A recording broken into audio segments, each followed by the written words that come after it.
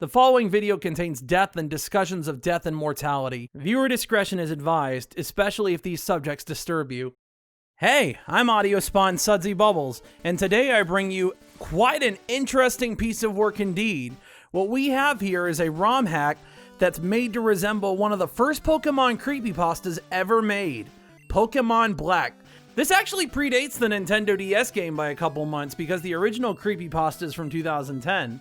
This ROM hack was made by Axe461 and Triumph, and they did a really good job of faithfully imitating the creepypasta, which I'm about to go over myself. You'll see stuff happening on screen as I'm reading it. This is a bit of an experimental video that I'm just doing for fun, so I'm gonna see if people like it or not. Let's get on with it. What follows is a transcript of the creepypasta, nearly verbatim. I might stop and add my own thoughts, and if I do that, you'll see static on the screen and the voice will change to my own. But otherwise, it's gonna be a straight read-through of it. Let's get on with that. Also keep in mind that I'm reading this story. This isn't some autobiographical thing, natch. I'm what you could call a collector of bootleg Pokemon games. Pokemon Diamond and Jade, Chaos Black, etc. It's amazing the frequency with which you can find them at pawn shops, Goodwill, flea markets, and such. Actually, it's pretty hard to find bootleg Pokemon games, unless you're going on eBay or one of those Chinese reseller sites. They're actually pretty hard to find here in the States. Maybe in places like Brazil or Hong Kong, but over here, not so much. People aren't willing to part with those usually. They're generally fun, even if they are unplayable, which they often are. The mistranslations and poor quality make them unintentionally humorous. Also, ROM hacks are generally to a much higher standard of quality nowadays. This creepypasta was written a decade ago, after all. The ROM hacking community has come a long way. I've been able to find most of the ones that I played online, but there's one that I haven't seen any mention of. I bought it at a flea market about 5 years ago. Here's a picture of the cartridge in case anyone recognizes it. Unfortunately, when I moved 2 years ago, I lost the game, so I can't provide you with screen caps. Sorry.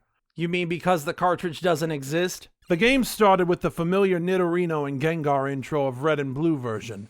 However, the press start screen had been altered. Red was there, but the Pokemon did not cycle through. It also said Black version under the Pokemon logo. Upon selecting New Game, the game started a Professor Oak speech, and it quickly became evident that the game was essentially Pokemon Red version. After selecting your starter, if you looked at your Pokemon, you had, in addition to Bulbasaur, Charmander, or Squirtle, another Pokemon, Ghost. The Pokemon was level 1. Actually, Pokemon in Gen 1 aren't ever level 1 for a very good reason. If you get XP at level 1, there's an underflow glitch that makes you go all the way up to level 100, and Game Freak couldn't fix it in time for the game's release, so they just made 2 the lowest level you can encounter a Pokemon at as a sort of band-aid to the problem. If you somehow manage to get a level 1 Pokemon, you can make it jump up to level 100 effortlessly. The people that hacked this game fixed that bug, naturally, because they had to. It had the sprites of the ghosts that are encountered in Lavender Town before obtaining the Sylph Scope. It had one attack, Curse. I know that there is a real move named Curse, but the attack did not exist in Generation 1, so it appears it was hacked in. Defending Pokemon were unable to attack Ghost. It would only say they were too scared to move. When the move Curse was used in battle, the screen would cut to black. The cry of the defending Pokemon would be heard, but it was distorted, played at a much lower pitch than normal. The battle screen would then reappear, and the defending Pokemon would be gone. If used in a battle against a trainer, when the Pokeballs representing their Pokemon would appear in the corner, they would have one fewer Pokeball. The implication was that the Pokemon died. What's even stranger is after defeating a trainer and seeing Red receive 200 for winning, the battle commands would appear again. If you selected Run, the battle would end as it normally does. You could also select Curse. If you did, upon returning to the overworld, the trainer's sprite would be gone. After leaving and re-entering the area, the spot where the trainer had been would be replaced with a tombstone like the ones at Lavender Tower. The move Curse was not usable in all instances.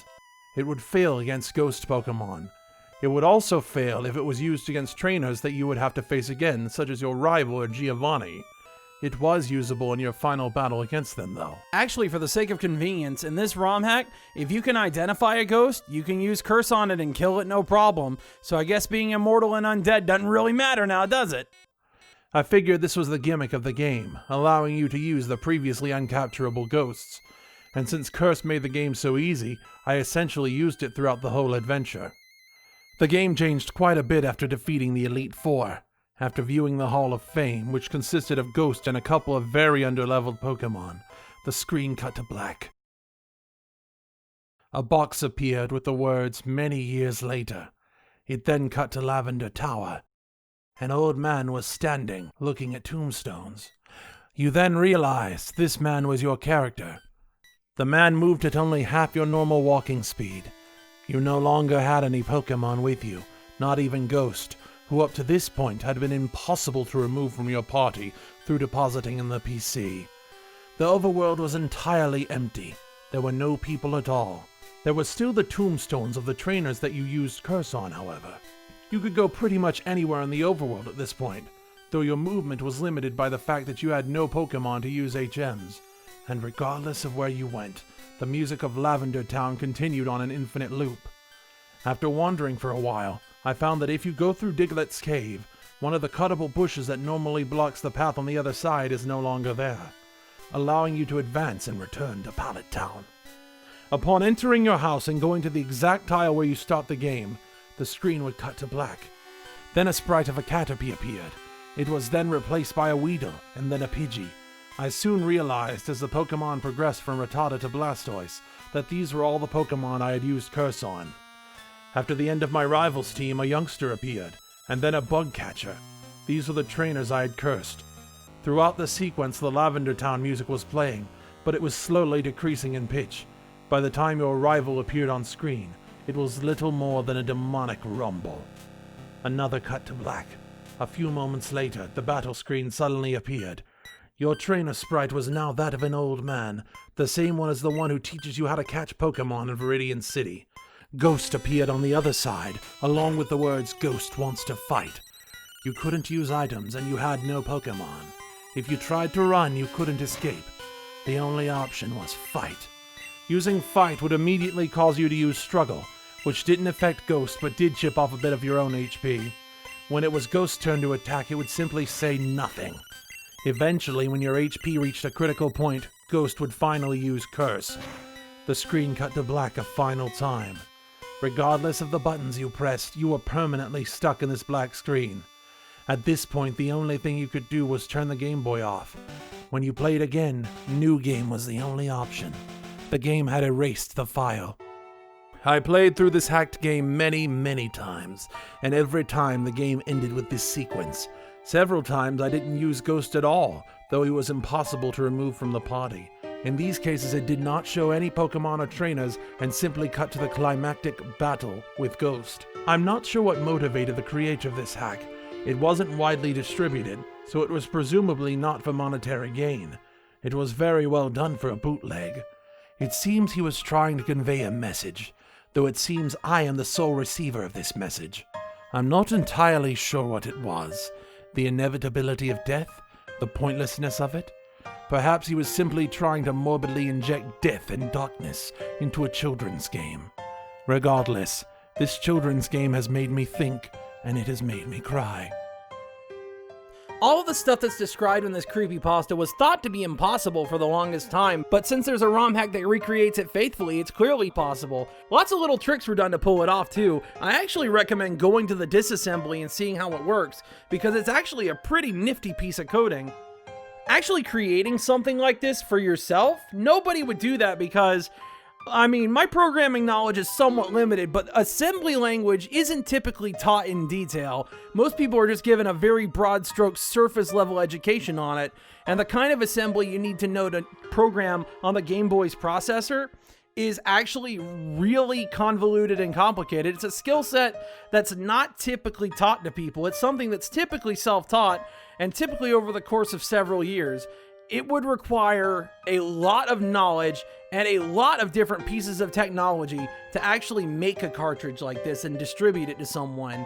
Like, actually physically making a Game Boy cartridge requires a lot of specialized knowledge that most people in this day and age don't have. Most people 10 years ago didn't have it. The disassembly of Pokemon Red and Blue exists now, so this stuff is a lot easier to code by comparison, but actually putting it on a cartridge by itself that isn't like a flash card? Good luck with that. really makes you think, doesn't it? Like, on the concept of mortality. Even if you kill no one at all with ghosts, don't hurt a single soul, you still have to fight ghosts to the end and you still have to die. So no matter what, you're gonna die. And honestly, considering there's no people or Pokemon around, no other living life, we're social creatures. Being totally alone in an empty world for the rest of your existence is almost a fate worse than death. So really, the ghost is giving you a reprieve. Because, like, would you want to be alone in a massive, endless world with nobody around? Nobody to talk to? Nobody to show things to? It's almost a mercy. Is Red like an immortal Time Lord who doesn't die or something? Because it's strongly implied you've outlived everything. Like, even if you don't kill anybody, you've outlived everything. It really is a fate worse than death. Nobody you love or care about or even other people exist anymore. So really, like, at the end of the day, it's a mercy. It just reminds you that at the end of the day, you're mortal and you're finite and you are going to die. Maybe not today, maybe not tomorrow, hopefully not anytime soon, but your death is coming and there's not really anything you can do about it. Thank you for watching. Thank you for sticking through this video to the very end. I really appreciate it. More videos are coming soon that are a bit more substantial, but this was something quick and sort of a test I just wanted to do just to see if I could do it. If you want me to review more creepypastas, especially playable ones, then put a link in the comments or describe something or whatever. Anyways, thank you for watching and I'll see you next time.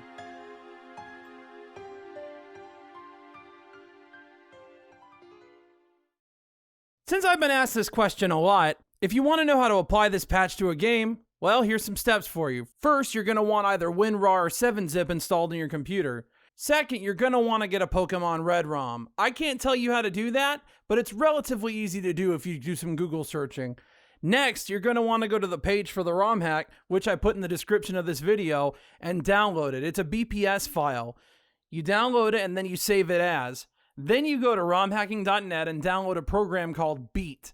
Then you open Beat with your preferred archive extractor of choice, and then you run Beat, select the patch file, select your ROM file, and then finally type in black.gb as your output file, and then use that resulting file on your emulator of choice. My preferred emulator is MGBA.